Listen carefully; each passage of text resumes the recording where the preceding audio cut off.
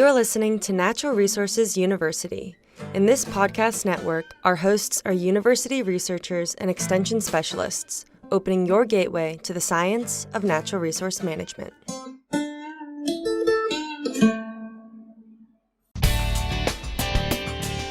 Welcome to Deer University, the podcast of the Mississippi State University Deer Lab. I'm Bronson Strickland. And I'm Steve Damaris. We're both lifelong hunters, deer biologists, professors of wildlife management, and co-directors of the MSU Deer Lab. We explain the latest research, including our own work and that conducted elsewhere. So if you're interested in deer biology and management, this is your podcast. Every decision you make is a step in your management program, and we give you the knowledge to make every decision count.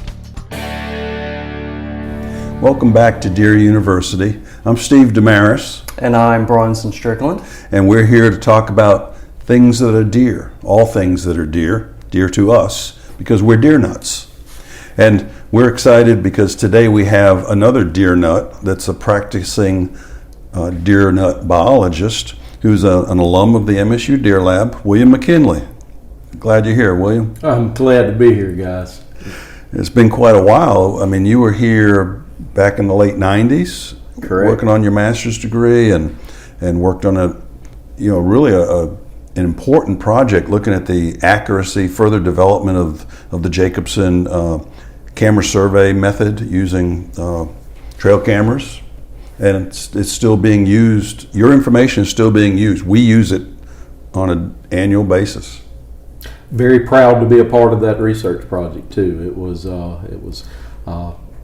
a lot of work went into that, and I can look back always. You can look back on how we could have done it better, but I still use that research today. In my line of work, I go out and conduct camera surveys on properties, help people set up camera surveys, teach them how to analyze. So all those skills that I learned while here at MSU, I'm still putting into place 20 years later. You know, another thing I learned back then, Bronson. What's that? Is this guy is a deer nut, and there's no better hunter out there. One of the things he had to do as part of his thesis work was to dart, trap, and ear tag does and fawns as part of his work, and he's so successful. He's a capture / currently a killing machine when it comes to harvesting things, anything flying or walking. Speaking of harvesting things, even though this is Deer University, might you have a turkey hunting story? Have you been successful at all, or at least had some good outings? I've had some sad turkey hunting stories over the past couple that's of days. Typical. I think most people have sad stories. A few weeks ago, I had a bird going really good, close to home too. One of those great hunts that you can just slip out the door and be there in a few minutes. And I had begun to think it was about to happen. I'm looking at the bird. It's a pair of them. They're at 60 yards. They're closing, and guns on the shoulder, and I'm hearing rustling right beside me, Bronson, and it was a doggone feral swine. A wild pig comes out of nowhere right beside me off my right shoulder. And I'm right-handed, ran the turkeys off. Turkeys took off. I've hunted this area, been in this area for years, and never seen pigs. They're new to this area, and the wildlife reacted just kind of like we did, like, oh, what is that?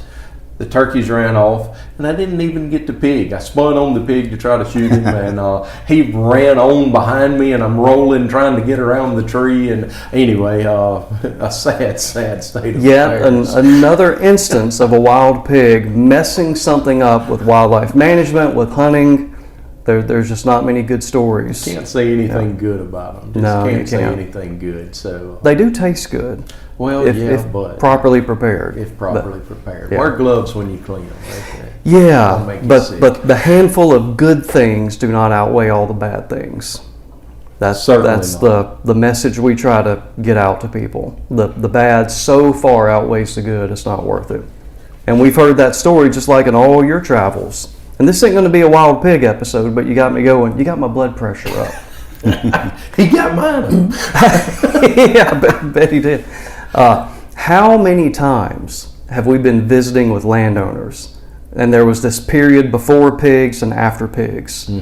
And how, I cannot tell you how many times I've heard the story of, it goes something like this. About 5 years ago, we saw a pig or two, and it was kind of cool. It was kind of the novelty of it. It was something else we could shoot or hunt or whatever. And so we didn't pay it much attention. We had a little bit of fun, and then 5 years later, they can't stand them. They're ruining roads. They can't get a food plot up, and it goes on and on and on. I'm sure you've heard that. Classic example. Property that I've worked with since I began. Managed to form a cooperative there of roughly about 10,000 acres working together there in Attala and Holmes counties. Pigs showed up in the late 2000s, just on one or two of the properties, just a handful. We would maybe take one or two pigs during the deer season throughout that area and take them as we saw them. And suddenly they hit that threshold and they began to reproduce way faster than we could harvest them. And last year in that area, we've done some intensive trapping, but we took out almost 450. Wow. On that area, where just a decade ago it was 3 or 4 being taken out, and with that intensive trapping, we're still seeing pig sign everywhere. Yeah. We cannot keep up with them, and all I can say is, what if we hadn't have taken the 450 that we did last year? So they're definitely a scourge. And now you have something else on your management to-do list. That's right. As if you already don't have unlimited time, you don't have unlimited money, and now you got to partition both of those into managing pigs. That's right. Which is diverting attention from what you want to do. And if we choose to ignore them, then that management that we go out to manage that opening or manage that clover field, and you come back and that clover field looks like the surface of the moon because they've turned it into completely rooted it up. Yeah. And so you have to manage them, or else they will manage your herd for you in a sense. We'll see numbers. You just can't have that much biomass of large animals on the landscape without them having a negative impact. Yeah, there's no way around it. Well, guys, I got to keep us focused now. It's very passionate. I mean, worrying about hogs, wild hogs, and dealing with them. But let's get back to the focus. So you were talking about turkey hunting? That's not the focus. Well, one of the neat things about spring turkey hunting is you're out in the woods. It's quiet. You're quiet, except for a few calls here and there. But you get to see things in the spring. Do you ever run into deer? And as you say that, yesterday morning, early. Same bird. Before church yesterday morning? Well, yes, and I did attend church yesterday. And this was once again that close hunt. The bird gobbled on a limb. I'm set up. I'm waiting, and he just wasn't interested in playing yesterday. And I'm sitting there listening to the bird sing, and I noticed movement. Got me excited at first, and pick up my binos, and it's a 3-year-old buck. Antler shed. He's meandering through, and this time of year, the woods are an all-you-can-eat buffet for a deer. This is the best time of year. Temps are great. Everything's at its most nutritious form right now, and they're just walking along picking what they like best. This time being spring, peak of spring. That's green right, up. Peak of spring, yes. Right here in the middle of turkey season, middle of April. We're out there, I'm watching this deer, and this buck, he's at about 40 yards, and I get my binos on him, and I'm very content just to watch him for about 7 or 8 minutes. His favorite food in that area was new growth greenbrier. It was very clear. There were several greenbriers scattered, and he was choosing those new little curled soft ends. He would grab about the upper 6 to 8 inches off of them and just chew it right down, walk along. He hopped a little ditch to get to some more growing on it. I watched him eat at least 25 of just those greenbrier fronds as he was moving through. So that was his, a lot of people call deer browsers. Proper terms, a concentrate selector. They select the best stuff out there. And the best stuff there that he was selecting were those ends of smilax, greenbrier. Well, Bronson, I'm sure, is very happy to hear that story, because recently we've done this final forage. We've had a lot of fun mimicking, March Madness and the Final Four. With basketball, we did this final forage thing, and Bronson, you chose smilax. Yes, I sure did. Rightfully so. Yes. I mean, it's obvious that if your deer, Steve, had any sense, Yes. they would have selected smilax, greenbrier. What did they end up? That was, I believe, poison ivy. They chose over smilax. Yeah. No reasonable deer would choose poison ivy over smilax. We use deer out of our deer facility.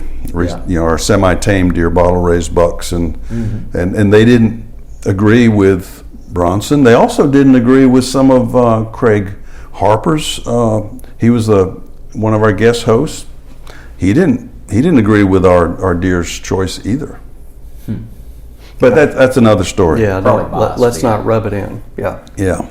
So back to our topic at hand, guys. Is William's a 20-plus year experienced biologist? You are the deer coordinator for the state of Mississippi. Right. You've had your hands and feet involved in lots of places and lots of deer-related management. So our goal today is kind of talk about what you've learned in this process.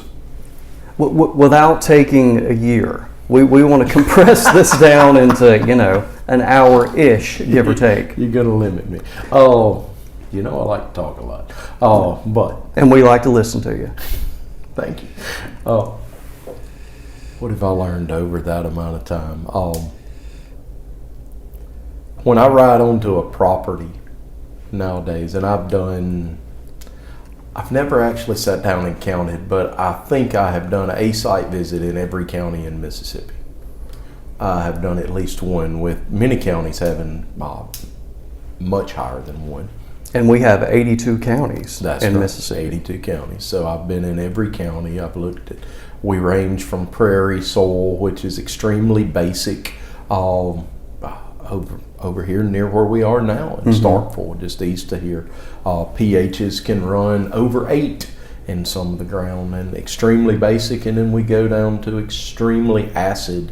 pHs averaging around 4, 5, or even lower in some of the places in southeast Mississippi in the natural setting. So the diversity of plants that deer use is really large, and things they select for in certain regions of our state, certain regions of Mississippi, are quite different than other regions. Nutritional components of that, we've done a study here at MSU. One of the studies ongoing when I was here as a grad student under Dr. Damaris here was looking at the protein content of a lot of the plants, and they vary. The nutrition varies based on that soil region. So what have I learned is that deer will choose different things, that quite often management, I guess, how would I say this? Someone may think they're managing, but they're really not. Quite often I go to a property and they're not collecting data, they're not using exclosure cages and food plots, they're just doing some stuff. And unfortunately, that's kind of the majority of the visits, that they're not collecting any data. So I ask them, how are you managing if you don't know where you are and where you've been and where you're going? So you've got to have data. I got asked what if I were to define the deer program. I was asked this a few months ago. The MDWFB Wildlife Bureau deer program, what do we do? It's all about data and everything, whether it's disease data, whether it's harvest data on deer, whether it's forage data, it's all about data. And when we take that data and try to analyze it and put it to use. So I guess that's the big generality that I see, is the lack of data when I go onto a property. So we kind of have to start from scratch. Well, to follow up on that, I'm happy to hear you say that, because what we always say, and we probably stole it. You probably stole it from someone, Steve, and I stole it from you. Really smart. Because we don't come up with original thoughts. We just regurgitate good thoughts other people came up with. You can't manage what you don't measure. And so we're always saying you got to start collecting data. And that's just as you're saying, William, so you can figure out where you're at, where you're going. And so when you come up with this plan, is it working? If it's not working, let's shift gears and go a different direction. Or let's figure out what component of it is not working. Because you may be doing 5 good things, but what's the bottom hole in the bucket? If we fill a bucket of water and we have 5 holes in it and we plug 4 of them, we don't plug the bottom one, the water's still going out. Mm-hmm. So where is that bottom hole in the bucket on any individual property? And we don't know, are we making that impact unless we're measuring? And you can't just go by, well, the deer look fat this year. I've heard that a lot. And I've heard, I ask people, are they weighing their deer? What are your body weights? Well, we shoot a lot of 150-pound does. If they weighed them, they would probably be 103-pound does. They have the 5 and the 0. It's 105, not 150. Right. Yeah. So quite often, body weights are not what people. It may have felt like 150 when they were dragging her out of the woods. Mm-hmm. But, what about with that, William? I'm going to ask you to oversimplify, which can be dangerous. But what I'm thinking is, with all of the site visits you've done and experience, maybe there are a handful of generalities you can come up with. For example, I know good and well you have been to a site visit to where when you arrived and within 10 minutes of being out of the truck, you discovered this probably is not going to work. Or maybe it's this is a very, very steep hill they have got to climb to make any to be successful. What might be some of those things that have kind of hit you in the face, where you saw immediately this is going to be problematic? lack of diversity in habitat. Okay. Getting out, riding in, not even getting out of the truck yet, and seeing exactly the same thing from entering the property to where we've stopped. And looking at an aerial photo, that's one of the things I always like to do, is pull up. Used to be we would, have to ask them to bring an aerial with them. Now we just pull up our phone and take a quick look at I'm here. But looking at that and saying, okay, we are, we're in all uniform pine plantation. Nothing wrong with pine plantation, but 1,000 acres of it.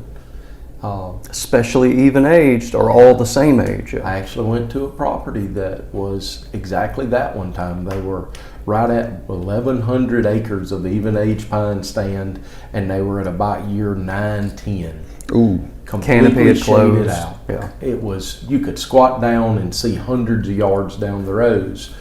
It was a boom a few years earlier. They had deer, lots of deer. They were seeing lots of deer, and it didn't take long to do that site visit because it was 99% that one habitat type, and it could not have supported more than a handful of deer on that whole 1,000 acres now. It will change though in just a few years when they can thin, but that was an example of, guys, this is not going to get better until you can thin some trees. And you got to wait until the market allowed. They weren't merchantable yet. They needed 5 more years before the trees would be big enough to actually thin. So that's a good example, William, of you can't food plot your way out of that situation. You cannot. A food plot only produces so many pounds of forage, and Doc, how many pounds of forage does a deer need a day? 3% of their body weight. So 100-pound deer is 3 pounds. A 200-pound buck That's is dry weight. Yeah. So a lot. One of the things I like to say is an adult buck. One of the reasons you don't just leave all the adult bucks living on your property and just shoot some does and high grade some of the better bucks, and you just want to see a lot of bucks. An adult buck is going to eat almost 2 tons of fresh forage every year. That's a lot of food, guys. That's a lot of food. Yeah. Well, speaking of producing food, William, we talk a lot, rightfully so, we talk a lot about managing for forbs, broadleaf plants, and that's a combination of soil disturbance and sunlight. And you do that and you're going to have forbs. You don't have to plant anything. But your story a moment ago about the greenbrier smilax got me thinking we probably don't talk enough about managing for browse. Mm-hmm. So in your travels, what might be a technique that we manage for browse along with forbs? So we know that while deer prefers forbs, that soil disturbance usually only lasts 1 to 2 years. It's kind of short-lived. And browse is going to start overtaking that. And whether we start dealing then with stump sprouts from a mechanical operation, or whether we talk about a few hinge cuts to allow a little more light to come through, field edges are another key thing there. And everything I'm saying is going to produce forbs up front. But your long-term food there that's going to carry over for a few more years is going to be the vining, the shrubbing, the browse. The blackberry. The dewberry, the getting those, that's what your deer are living off of in a nutshell on most of the properties. Mm-hmm. Forbs, they're really good. They are. Deer will choose them if they're available, but most properties I go to, they're in very, very limited supply. They're just on the field edges. So anything you can do to get a little more light into that woodland setting, you gotta have light hitting the forest floor. And I was on a site visit a couple of weeks ago, and I stressed this to so many visits. Stop looking up high. Look at what's at your chin level and down, because that's where a deer's eating, and tell me how long it would take you to pick a wash bucket full of stuff as you walk through. Don't worry about species. Deer will, but in your case, just think of green vegetation that you can pick from your chin down. How long would it take you to fill that bucket up? Yeah. We were standing in a food plot of about a 1/4 acre when we were talking about this, and that food plot was about 1 inch high. And I said, do you think you could fill the bucket up one time on the whole field? No. Yeah. So that food plot, they planted the open ground they had, but that brings up a whole nother topic of lack of openings. Yeah. And so, what kind of ratio, William, would you like to see in that regard? I prefer to see at least 10 up to 20% open ground. Okay. But I very seldom do.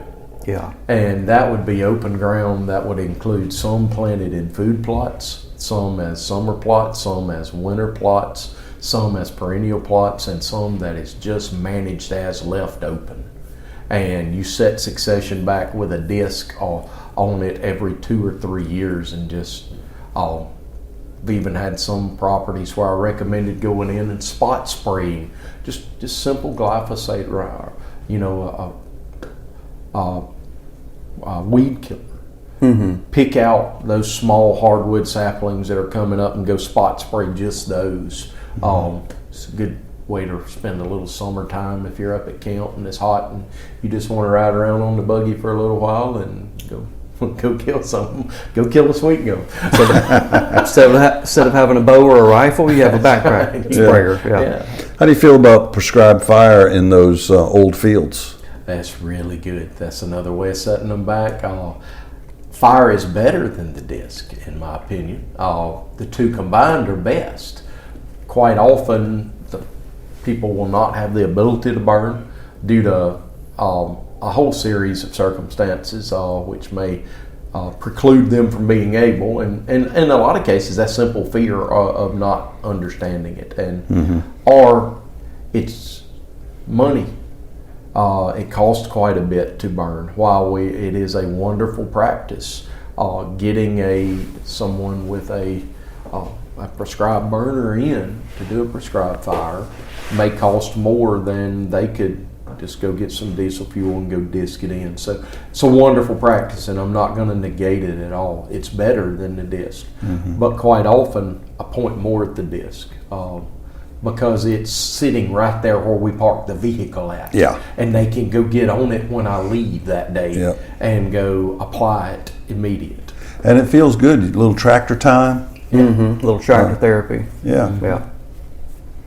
So, William, we don't, please correct me if I'm wrong here, we don't really have to do anything specific to manage for browse other than manage for forbs and then give it 3 years. That's right. I mean, it's just part of the plant succession It's gotta be process. part of that success. Maybe the exception of hinge cutting or something like that. That is definitely a targeted browse management technique. But otherwise, it's just managing an opening, managing for sunlight, have a disturbance, and instead of a 1 to 2 year response, it's a 3, 4, 5, 6 year response.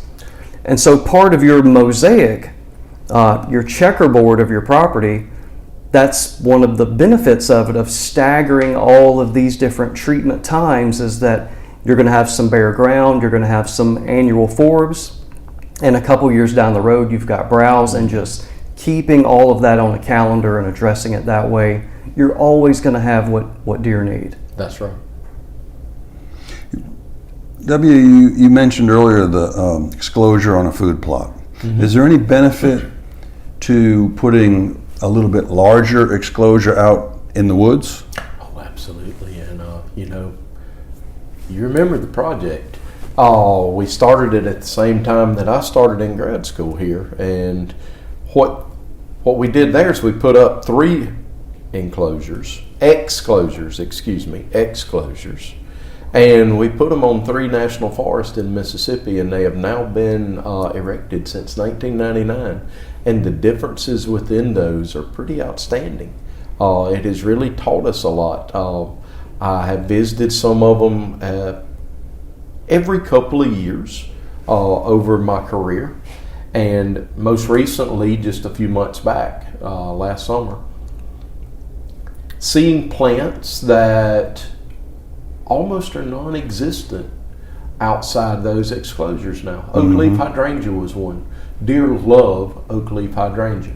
If you pay attention to where oak leaf hydrangea, take away the landscaping factor of this, where it's in people's lawns and gardens, it's a native plant, beautiful plant. But it's only growing on creek banks, hung over the side of a ditch or on a steep bluff, because deer can't reach it there. But it was ample supply of it in the exclosures we visited here on Tom Bigby National Forest. Arrowwood was another one of the viburnums we saw on the ones on DeSoto National Forest. So this goes back to one of the things that's hardest to point out when we're dealing with a landowner or a land manager on a site visit. I can show them where a deer bit something and show this is what a deer did to this common ragweed. But it's really hard for me to show them what's not there, because deer have already eaten it completely out of the landscape. It's very difficult to point at what's not here and should be here. So over time, deer have removed a lot of plants. Take strawberry bush. I see a significant reduction in red mulberry these days. Red mulberry seedlings they're hard to find. Deer they seem to be destroying them. I see a lot of adult trees, but not many young ones anymore in high deer density. So there's a lot of things like that on the landscape that deer select for, to the point of removing it from the landscape. In some cases, the seed base is still there, but they're just not letting it get established, and for now. Yeah, and you don't have to, our research sites were designed for larger surveys, including birds. You don't have to get 8 acres or 10 acres like we did. You could do it like a dog run size, Right. 10 by 10 or just put up some fence and just watch it over a few years, and you'll see things that'll teach you about forages that deer like and those that they don't. If there's a lot of it outside the fence and none of what's in the fence outside, you've learned something. So William, it sounds like to me you are referring to deer density can be a problem. Well, you started off by asking me a couple of things before I ever get out of the truck, or as soon as I'm out of the truck, what do I see? What is a key problem? And deer density is one. I mentioned earlier lack of diversity, habitat diversity, but deer density is one that we have dealt with in this state for decades now. And people want to have large bucks and they want to see a lot of deer. Those two don't go together very long. They just don't. As deer continue to damage the habitat from having too many on it, overall size each generation starts getting successively smaller. But before I ever get out of the vehicle on some properties, I've already seen browse lines on eastern red cedar, a clean cut browse line on Japanese Chinese privet, walking around food plot edges, going into the woods. I've quite often seen them eating the tops out of sweet gums, eating eastern bactrius. These are all key indicator species. Now, take away the privet. They do like the privet somewhat, but eastern bactrius, a lot of people call it saltbush, sweet gum, eastern red cedar. Deer are eating that to fill a void in the belly. Yeah. They're not eating it for its nutrition. Yeah. So pine, I've actually seen them eating loblolly pine, shortleaf pine. That's not good. No, it's not good. It's not good at all. And so in those type situations, quite often, if I'm on a small property, you got to be upfront and honest. I mean, it's really hard to control a large-scale deer density problem by harvesting deer on a small acreage. In fact, it's almost impossible because you create a sink, you create a sponge, you take deer off of, let's just say you have 100 acres, and for 25,000 acres around you, there is way too many deer.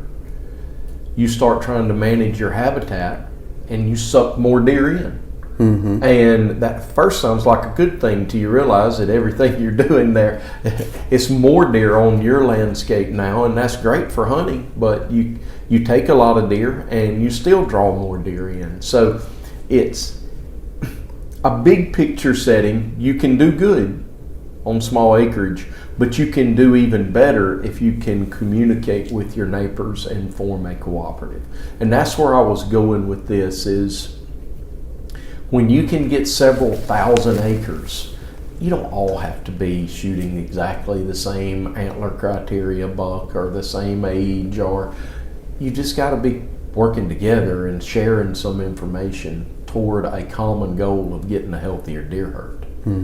And that usually involves starting with some professional help, such as a wildlife biologist, whether from the state or whether a hired biologist, to come in and help get them started on the right track, to find the hole in the bucket, so to speak. In this case, it would be deer density, but to help them work toward solving that. And I guess going into buck harvest, getting on the same page, quite often people will they have a preconceived concept about the neighboring property. I have found that, and it's almost every site visit I go to. We know these folks to the north, and we know these folks to the west, but these folks to the south, we hadn't met those, but they shoot everything. They kill everything. So if we see a 12-inch deer on the south line, we just go ahead and shoot it to keep him from shooting it.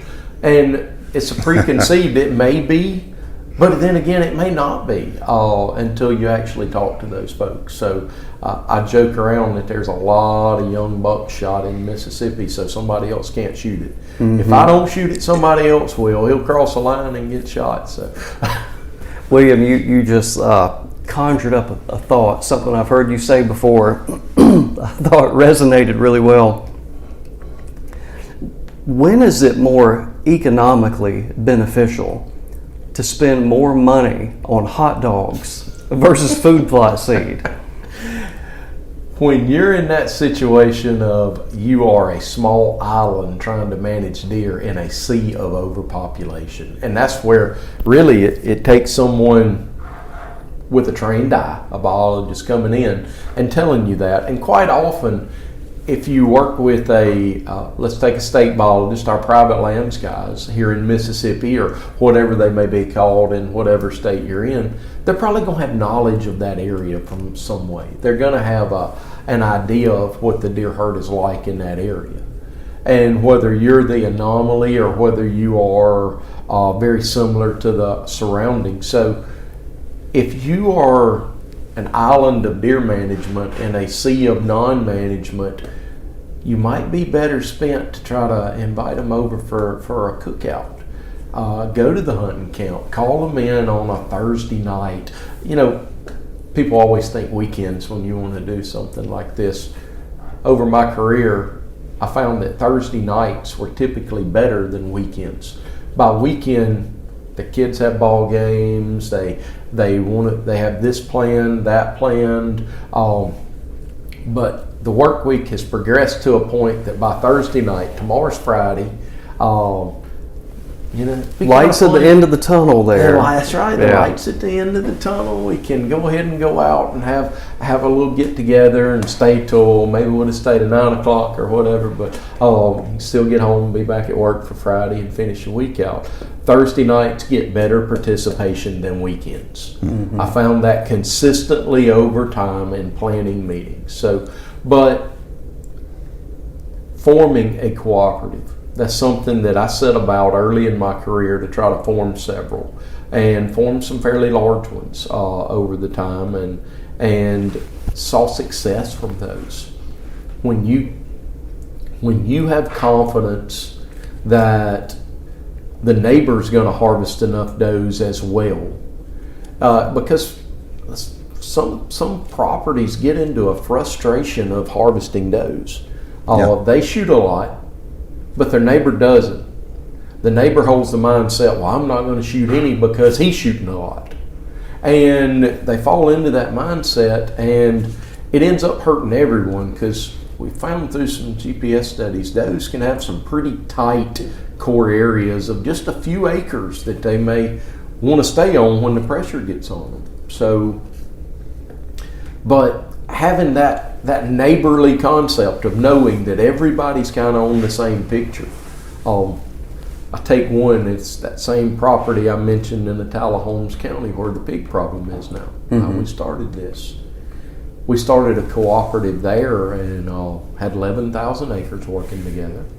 That's a big chunk of country, 11,000 acres. It sure was. Wow. It was a lot of different properties. The biggest property in that was about 2,500 acres, but it was kind of far and above bigger than the rest. So, but one member would host everybody at his camp and ask everybody to throw $5 in a hat or just set out a donation bucket and cook hamburgers for everybody. And prior to, I would ask them we would all run cameras in September, October, and we would try to have the meeting in late October.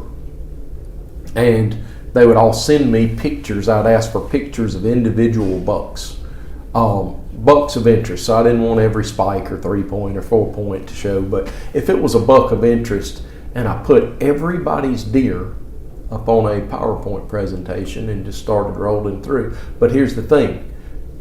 People would see the pic, but it didn't have whose property it was linked with it. So, but very quickly, every year we did it, somebody would go, I've got that buck on my property. We saw him last year. And now He's on a different property, but he's using that whole area. He's roaming through that. Deer don't recognize our boundary lines. They roam, and our GPS studies are showing they roam even more than we thought they did. Oh, yeah. For miles. So when you have for miles working together on a common management goal, you end up with a success in management. Has it been so for this big cooperative you've been working with? We are now we're looking on the camera survey. I'll use these numbers, but we're looking at several of the properties have a 4-year-old or older buck per about 150 acres. And they're taking primarily 4-year-old and older deer now throughout the entire area. Some really good quality animals. Doe numbers are under control. It's just the pigs. We have not conquered the hogs yet. Other than the pigs, are people satisfied? Yes. Are they seeing that it's working? Yes. Turkey numbers are great because of the habitat management. I would say that this part of the world, on my personal site visits, I see more coveys of quail on this. It's a lot of burning, a lot of controlled fire going on. And in this case, they're still sharing a lot. One helps the other get enough seed for food plot. We're ordering seed. Do you want to be in on the order? It's just working together. It's something that you don't see that much of. I don't within hunting clubs. And on the pigs, I mentioned how many got caught. Well, one property bought one of the remote control traps. And that particular property, when they don't have pigs active on them, are loaning the trap out to the other properties around. And as they get pigs on bait, they're able to we just shift that trap here and there, because if they're not on this property today, they may be tomorrow. Yeah, right. Catch them while you can. Well, you mentioned, Bronson, you just mentioned satisfaction. Are they happy? There's a problem with, I call it the return on investment satisfaction plateau. We talk about it in our book and different opportunities whenever we get to talk about people management.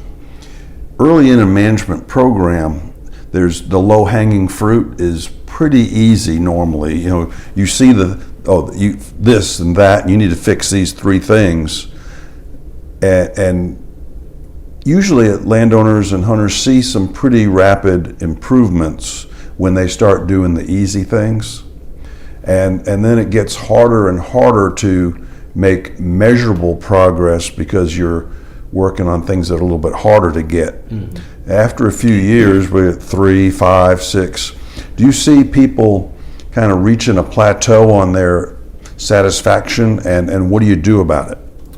Oh, yes, very much. So an easy thing to fix is as soon as we get harvest data, we see they're harvesting primarily 2 and 3-year-old bucks. That's an easy fix. It's not so easy if you're sitting in the stand that first and second year, but by the 3rd year of that problem is fixed if you have shown some restraint on those 2 years prior. But once we hit a plateau, and this is especially true on land that is leased. If you don't have the ability to do habitat management, they're probably going to plateau sooner. They will plateau sooner than a property that has the ability and is conducting ongoing habitat management. What do we do about it? Well, for one thing, we have to manage expectations, because if deer continually got bigger and bigger, they would go the way of the Irish elk, I guess, and end up going extinct.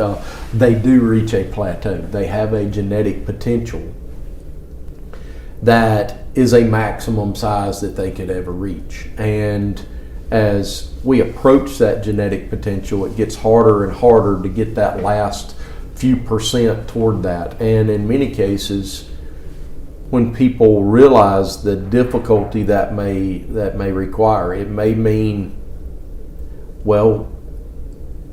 cutting my density by greater than half now on this property. And they're like, so we may have multiple hunts that we don't see a deer.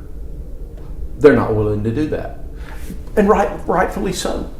I'm a deer hunter. I feed my family on venison. I have for years.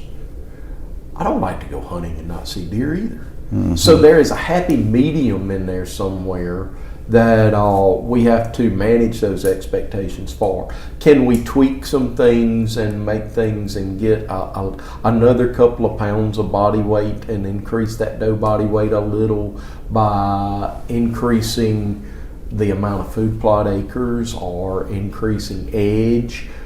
Yes, but even with that, we still plateau after that. Mm-hmm. And then you're also going to have environmental factors that are going to come in. The drought of 2010, I remember that one well. Statewide deer harvest skyrocketed that year because deer were hungry. We had a huge drought that year in central Mississippi, and browse was withered in the woods. Literally, it looked just like a plant you have in a pot that you haven't watered in a week. That's what all the shrubs looked like. It was. We went for months with hardly any, just trace amounts of rain. And while other areas of the state are maybe acclimated to that, we're not. And then it rained in October, right about the time food plots would be planted. Mm-hmm. And deer flooded into food plots, so harvest increased dramatically. But it didn't matter who had been managing or what level management you were on, your body weights had failed when the smoke cleared at the end of that season. So you're going to have those environmental ups and downs. Flood years, if you're near a bottomland system, dry years, extremely cold, extreme heat years. We don't know the full impact of the blizzard we had in mid-February this year. I'm going to point at that and say that we don't know what impact that had on wildlife. I know that I watched, I'm going to switch gears on you and go to a more a non-game species. Easy, William. I know, Easy. But if you're out there, you got to be looking at everything, Bronx. Eastern bluebirds. The first day that it began to sleep, February 15th of that, and I watched 7 eastern bluebirds try to pile into one box in my front yard. Wow. And they couldn't all fit into a nest box there. They were just seeking shelter. I did not disturb them. I waited until we got well above freezing, which was over a week later. And, our wildlife wasn't acclimated to this type and duration of cold. Mm-hmm. They were already here and already getting ready to start building, starting the nesting process. Most of them were inside that box when it warmed up and they were dead. They were froze to death. Wow. And now I'm looking and I've got multiple boxes. All my eastern phoebes are gone. They usually make nests in the corners and they're all gone. All my eastern bluebirds are gone. I know just that much of those insect eaters, if it had that big of an impact. How did it harm deer? I don't know. How did it harm wild turkeys? I don't know yet. But I guess I've kind of steered off and digressed a little. But as we get back into these environmental impacts of what makes a plateau, and when you've plateaued, are you satisfied? Maybe, maybe not. We have to manage those expectations. And it takes a long time. You mentioned generations of deer earlier. Mm-hmm. You really have to be invested for the long term with deer management. You can get some quick returns, and that happiness quotient goes, is amazing the first few, maybe out to 5 years. But after that, you really have to just think, I'm working for the success. And Doc, so I had written down time as a key thing to focus on during this episode, because once you hit that plateau, you mentioned it takes a long time. Well, I'm going to say it takes generations. Mm-hmm. And what your goal is, and you can only know you're succeeding with this if you are collecting data, good data, sound data, on an annual basis from every deer harvested on a large scale of ground. But if you're doing good and you're succeeding, then every generation of deer should be slightly healthier, and that translates to slightly better antler quality at age and slightly better body weight in the does and bucks. Every generation should be a little healthier than its parent generation. It got unhealthy by every generation being a little less healthy than its parent generation. And it took a long time. You know, some of the original harvest records from Mississippi back in the 50s when we were just opening seasons, we have some of those at Jackson, and I went through several. Right after the restocking efforts that occurred in the 30s, 40s, 50s, Mississippi was being restocked. We had refuges set up. 15 and 20 deer were being used to restock counties. We dump out 17 deer in this particular county. Southeast Mississippi, the 3 coastal counties, we actually had a reporting system back then. They had to report every deer they harvested. Now we're the only state out there that doesn't at the moment, but maybe that too will change. But they were taking mature bucks in Jackson County on the Mississippi coast that were weighing 220 to 230 pounds. Now, a mature buck in that part of the world is going to be a good-sized deer if he weighs 160. Wow. So we've literally lost 80 to 100 pounds of body weight off of these deer from those to now. And that took about 8 or 9 decades over time for that to drop off. So, well, I guess about 7 decades, 7 or 8. And so it didn't happen overnight, and you're not going to change it overnight. You can get as we mentioned earlier, let them grow 1 or 2 more years if you're wanting larger bucks. But are you satisfied with harvesting what you are right now? And that's another big one when talking with a property and talking with the hunters there. I used to joke and still kind of believe that the best clubs that I worked with are ruled by a dictator, not a democracy. Because you had one person that laid the law down and said, and it was only if that dictator was following sound management advice, but he said, we're going to do it this way. We're going to follow these recommendations, and if you don't like it, find somewhere else to hunt. Yep. And those were some of the more successful properties that I ended up dealing with. So, you know, one thing, William, you talked about that I've seen is the let's talk about leased property, and let's go 5 to 10 years into it, and sex ratio has been addressed, age structure for the most part has been addressed. Density, for the most part, has been addressed. The one next thing I have seen that leased land people can do is the addition of summer food plots. yes. That's typically where we'll see that next little jump that occurs. And it's hard to do. Just because you're good at planting a cool season food plot does not mean you're going to be good at a warm season. And warm season takes a lot more forethought in that quite often to get enough bang for your buck, you've got to exclude deer from that for a duration before allowing them into that plot. We often say unless you can exclude them, if you have a high deer density, which is a great portion of our state, but if you're not planting a few acres in one spot, then it may not be worth trying to go unless you can exclude deer from it with some type of electric fencing.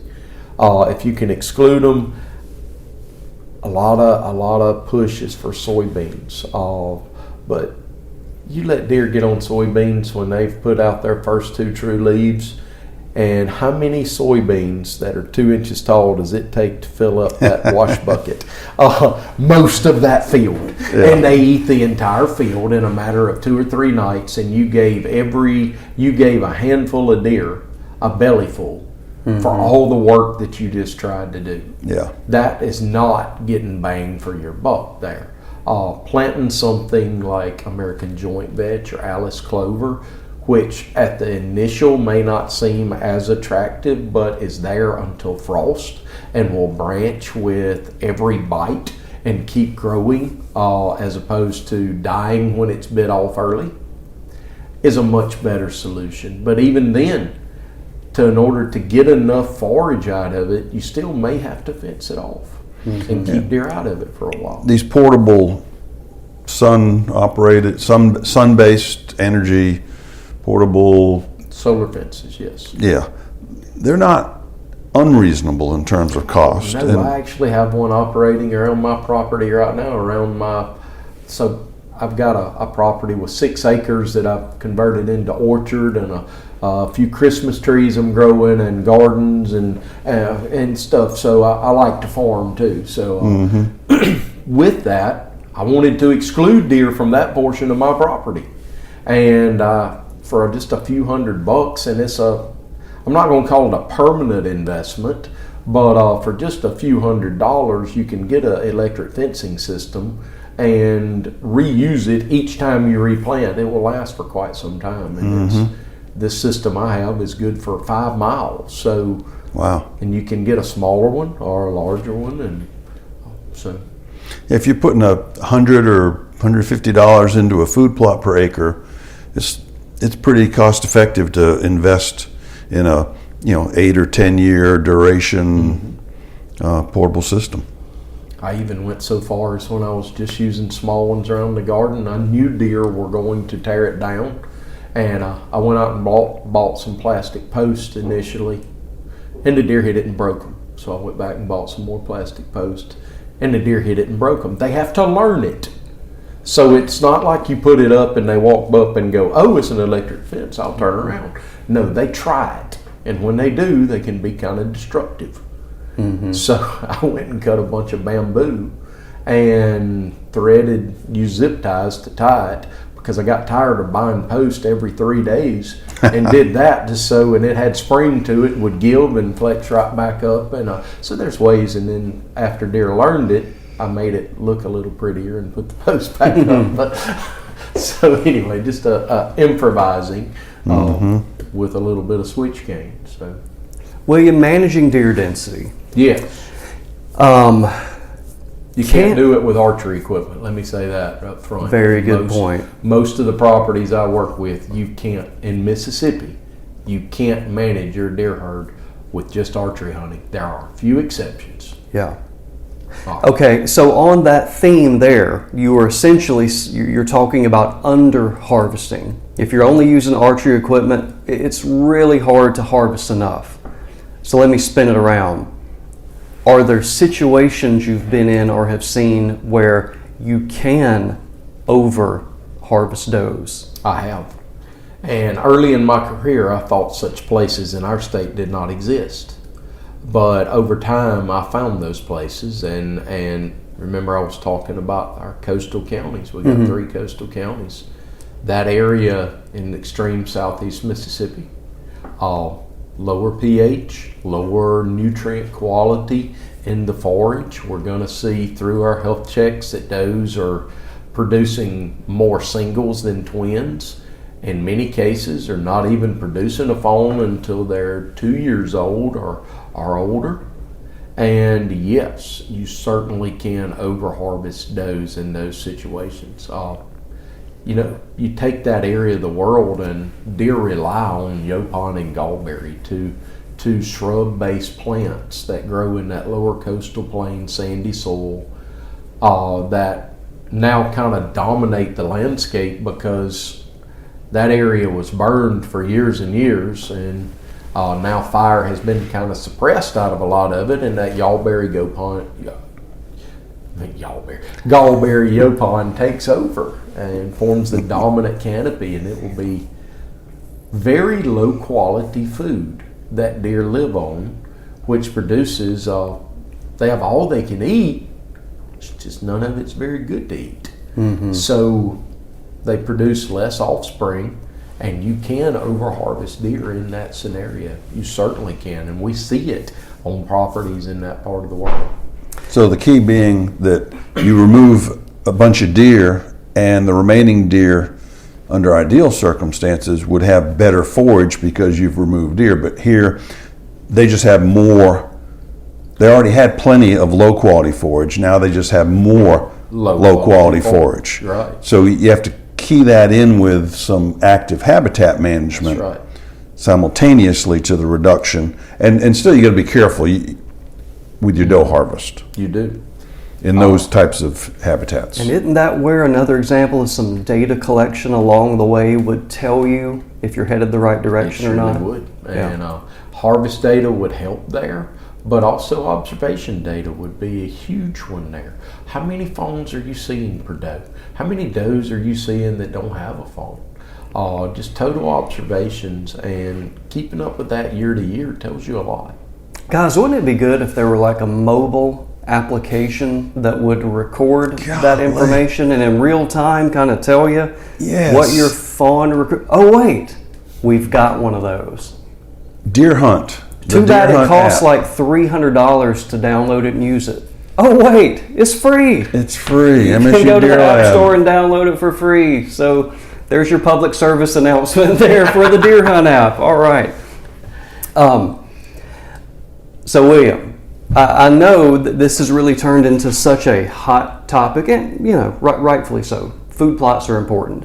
We like to emphasize habitat management because that is critical. Deer density, etc. Managing people, expectations, etc.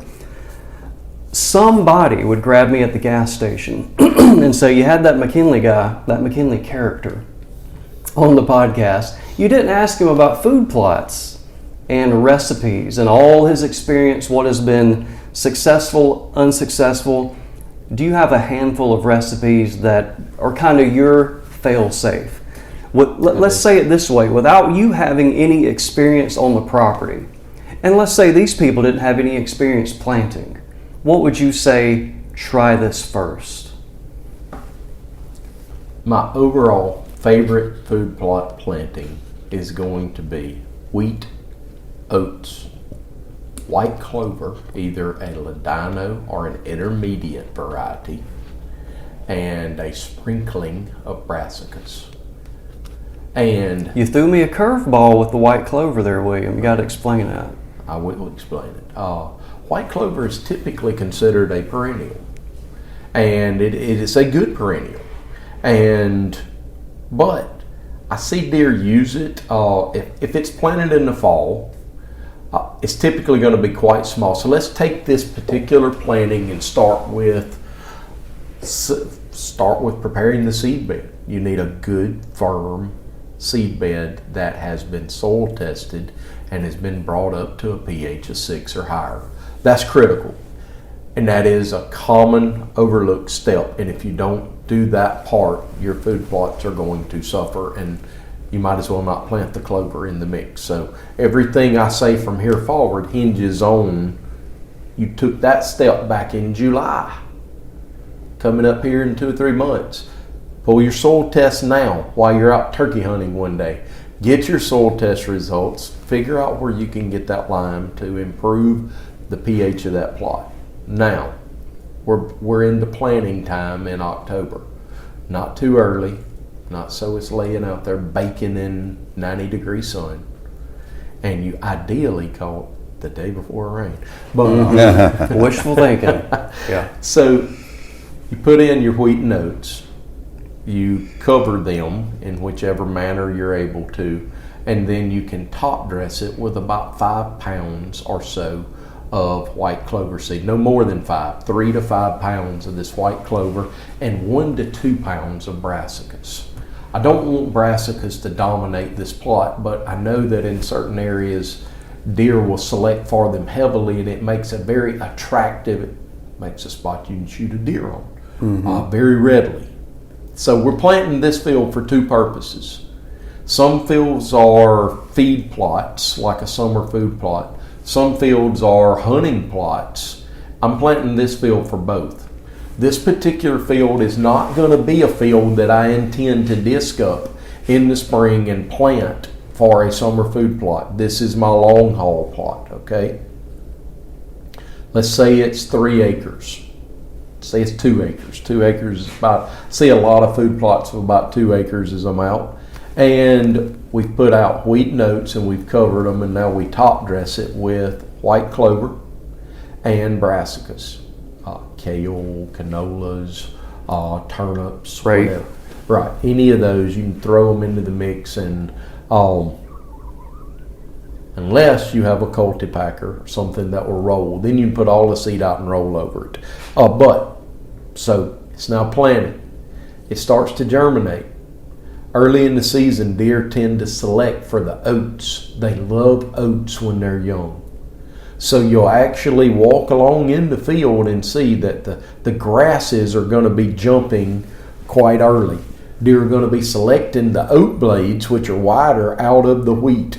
As the oats start to get a little tougher, they actually switch over and start using the wheat more and the oats less. The clover during this whole time has only been about 1 inch high, and it's sending down a root system through winter now.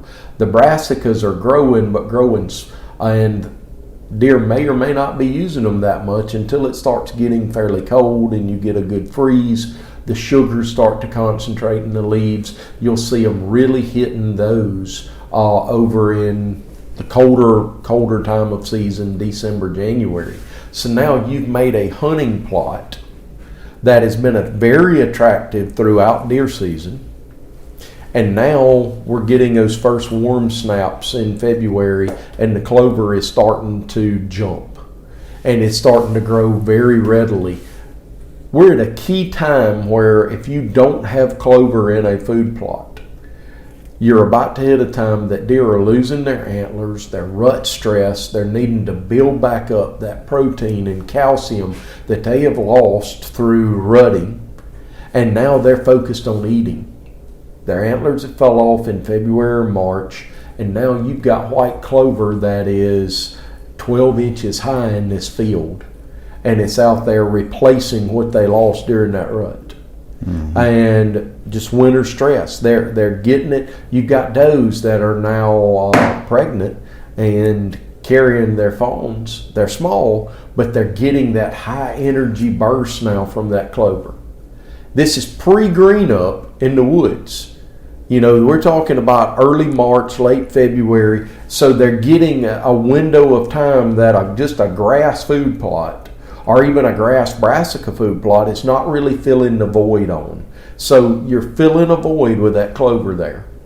Now, white clover. Why white clover instead of a crimson? Or because if I'm going to use that field every fall, that white clover is going to persist all the way through until it's going to start to crisp up on the average Mississippi summer in around July.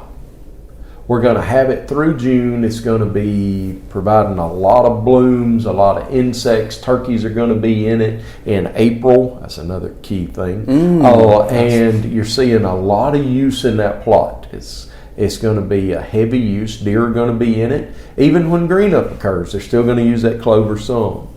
And then they're going to switch back on that clover again until it fades away. Crisps up July, August, and then we get that first little rain and you're already thinking of planting again in September. That's when I tell people, ride that plot first, walk it, or ride it with a four-wheeler slowly and look at where the clover is still alive. It's going to be alive in the west side of the field in the lower areas because it got summer afternoon shade from 2 or 3, 4 o'clock on. They didn't burn up as bad, and in the lower lying areas. Mm-hmm. Now, when you disc that field, leave that spot undisced. And you now have taken that 2 acre field and you're going to plant 1.5 acres of it because 1/2 of it carried clover all the way through. I let it tell me where it likes best in the field. I now disc up 3/4 of the field, replant it with the same mix again. Because it did great. It fed deer all the way through. And I also have a 1/2 acre of that field that's already jumping during bow season, and you're going to see a heavy use in October. And it's a great bow hunting spot. So you have fed deer and created a hunting plot with this mix. That's my opinion.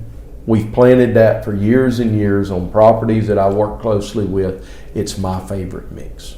And you could still overseed on that 1/2 acre where the clover did. You could still overseed with wheat and oats on top of that. You sure can. We will often, what we've done there is take a harrow to stiff tines and drag over the clover, mow it low, and drag that over. It'll destroy a little of the root system, but a lot of these clovers on the market now are going to retaliate from that quickly. And all you're doing is exposing a little bit of soil, and the wheat and oats can hit that and they'll grow right on through. So yes, once it's established, fertilizing it with little or no nitrogen, like an 0-20-20, where the rest of your plots with the grass is going to need a triple 13 or something of that nature with more nitrogen. Don't put high nitrogen on the clover.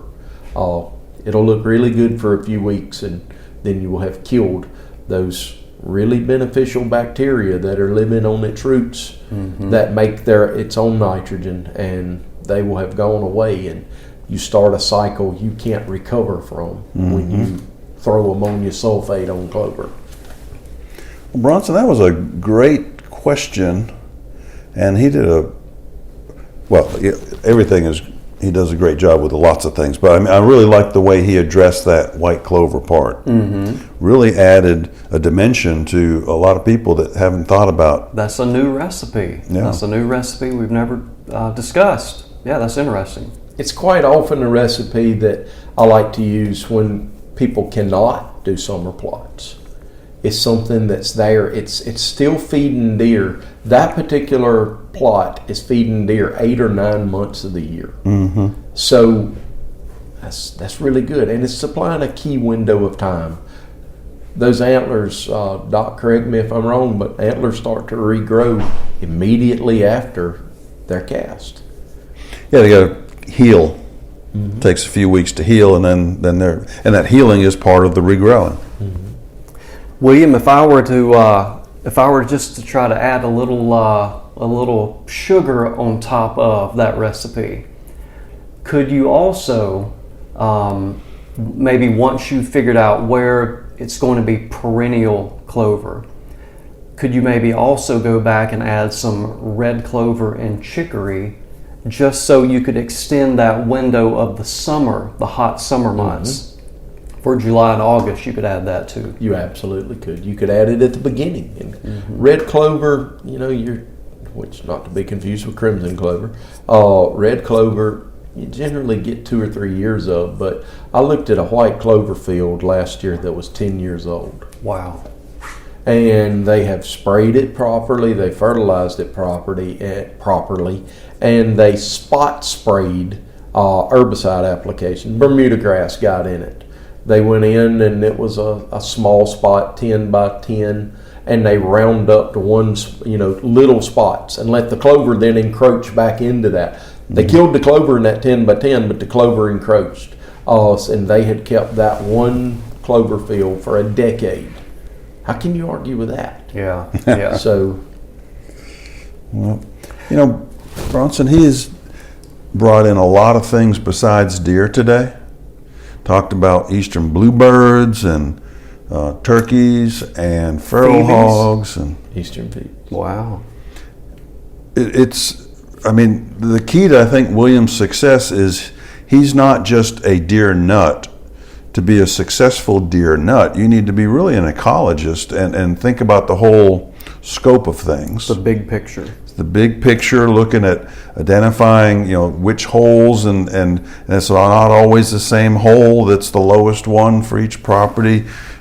We don't expect our listeners to become biologists or applied ecologists like us, but using someone like William, state agency employee, I mean, they're so knowledgeable, it doesn't cost anything. I mean, hunters, they've already paid for this service by buying a hunting license. So take advantage of it and then allow someone to help you, and then work with your neighbors, invest in the hot dogs versus more food plot stuff. I like and venison burgers. There you go. Yeah, venison burgers. You've given us a really great series of things, what to do to be successful in a program. We appreciate your time, William. We have kept you probably long enough.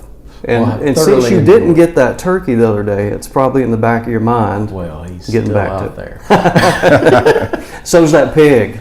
Yes, you better get him too. I saw his sign when I walked into chasing the turkey again yesterday. So, if given a choice, I'll shoot the pig. Good for you. The turkey thanks you. The habitat thanks you. We thank you. And speaking of thanks for all you do. I think your service is underappreciated. The wealth of knowledge you have, the experience, it's a real asset to Mississippi in what you're able to do. So well, thank you for your willingness to do it and to keep doing it. We appreciate it. You're welcome. Doing what I love. That's right. It's not work if you love it. That's right. Well, Steve, I reckon that's... I guess that's a wrap, unless you have something else. Unless you have something wise and insightful to add. I'm all wised up. Yeah, wised out. You're wised out, yeah. Okay. Thank you, William. Thank you, Steve. Enjoyed it. Good seeing everybody, and we'll see you soon. We thank the Patrick F. Taylor Foundation and the St. John and Dudley Hutchinson families for their endowed financial support of our efforts. We also thank our employers, the Mississippi State University Extension Service and the Forest and Wildlife Research Center. If you have questions or suggestions, please log on to msudeerlab.com and click on the Deer University tab.